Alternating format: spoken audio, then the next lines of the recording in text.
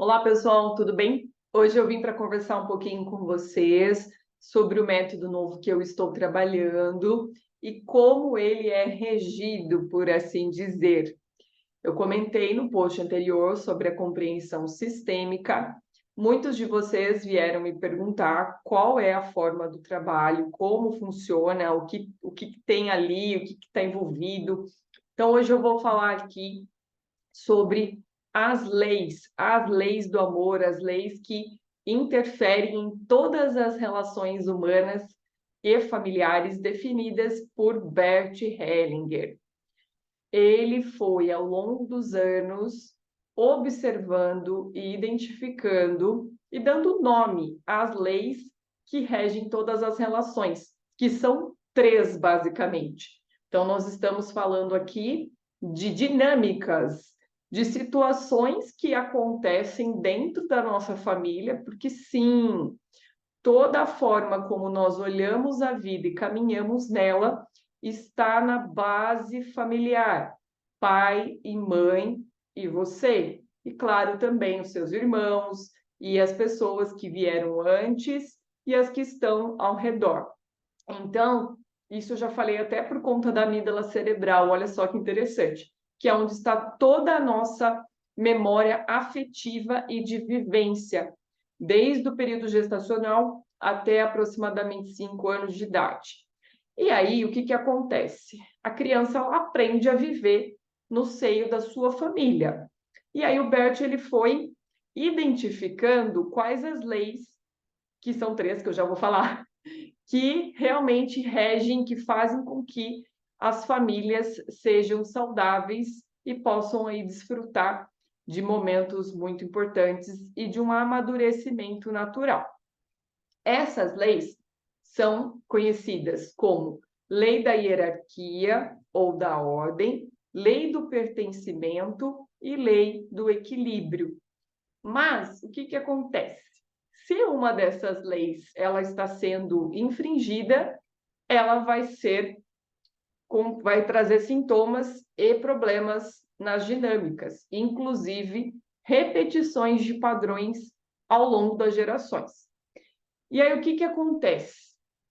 As pessoas às vezes não conseguem enxergar por que que a vida delas não caminha, ou porque simplesmente ela repete uma situação e acha que é a genética, ou acha que é aquilo que tem que ser a realidade dela. Bom, não é bem assim.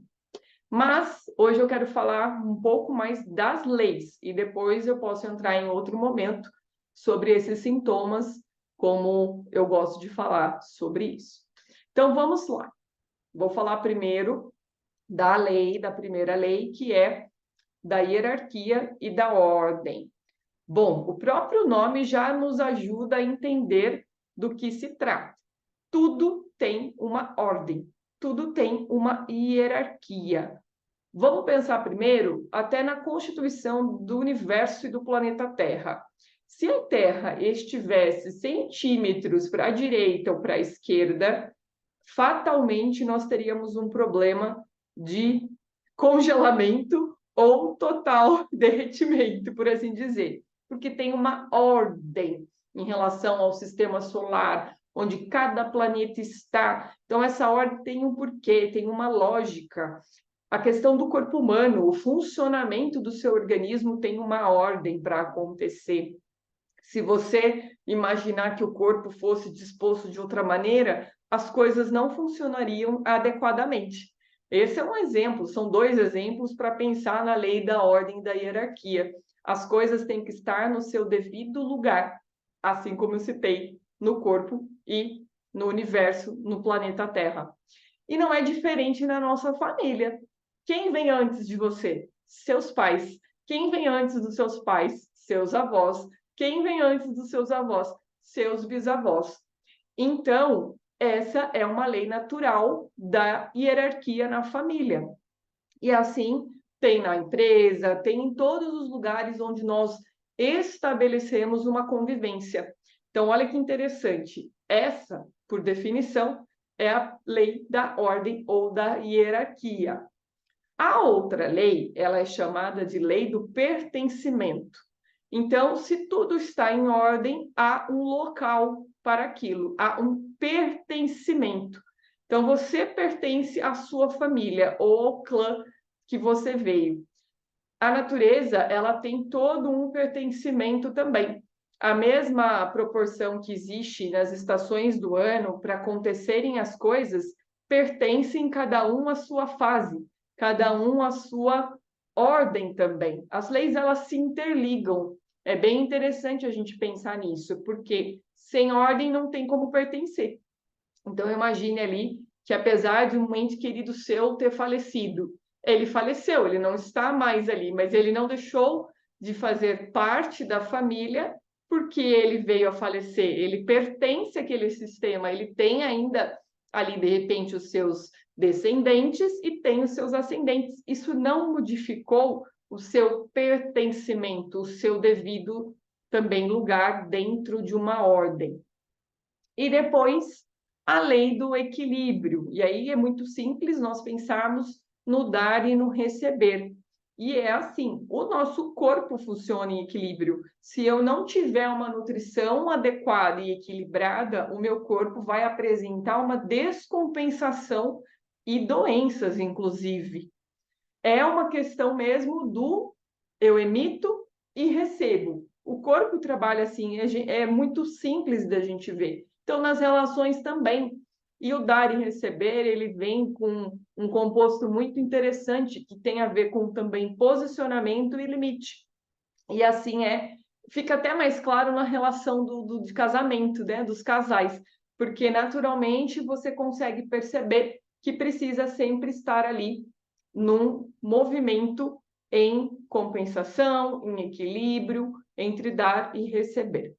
Então, basicamente, de uma maneira bem simples, essas são as 3 leis que o Bert Hellinger denominou, escreveu, descreveu sobre as relações humanas.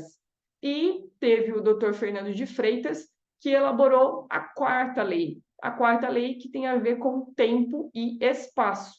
E é muito simples. Eu vou lá para o exemplo da natureza de novo. Se você plantar uma semente hoje, ela vai ser colhida imediatamente? Não. Vai requerer um tempo para que ela vá ali dando o seu movimento de crescimento para ser colhida. E não é diferente para o ser humano, porque tudo tem um tempo e um espaço para acontecer. O amadurecimento, o crescimento pessoal, o desenvolvimento das relações nas nossas famílias, e, obviamente, isso reflete nas nossas comunidades, na sociedade e assim por diante. Então, olha que interessante que veio a complementar essa lei que ele colocou, e faz muito sentido que todas elas, quando estão em harmonia, nós somos seres inteiros, e sendo inteiros, conseguimos transbordar e realmente nos relacionar de uma maneira saudável. Como eu falei, se uma dessas leis for quebrada, for uma interferência acontecer, os sintomas vão ocorrer. Não tem como, tá? Vem os padrões de repetição, vem as queixas e outras demandas. Mas é possível, sim, retornar essas leis com a questão da compreensão sistêmica, do movimento terapêutico e, principalmente, ao enxergar como elas estão na sua vida. Então, hoje, esse vídeo é para falar um pouco sobre isso. Eu espero que tenha contribuído e que vocês aí possam ter perguntas. Vai ser um prazer respondê-las e nos vemos falando um pouco mais sobre os sintomas e outros movimentos das leis sistêmicas.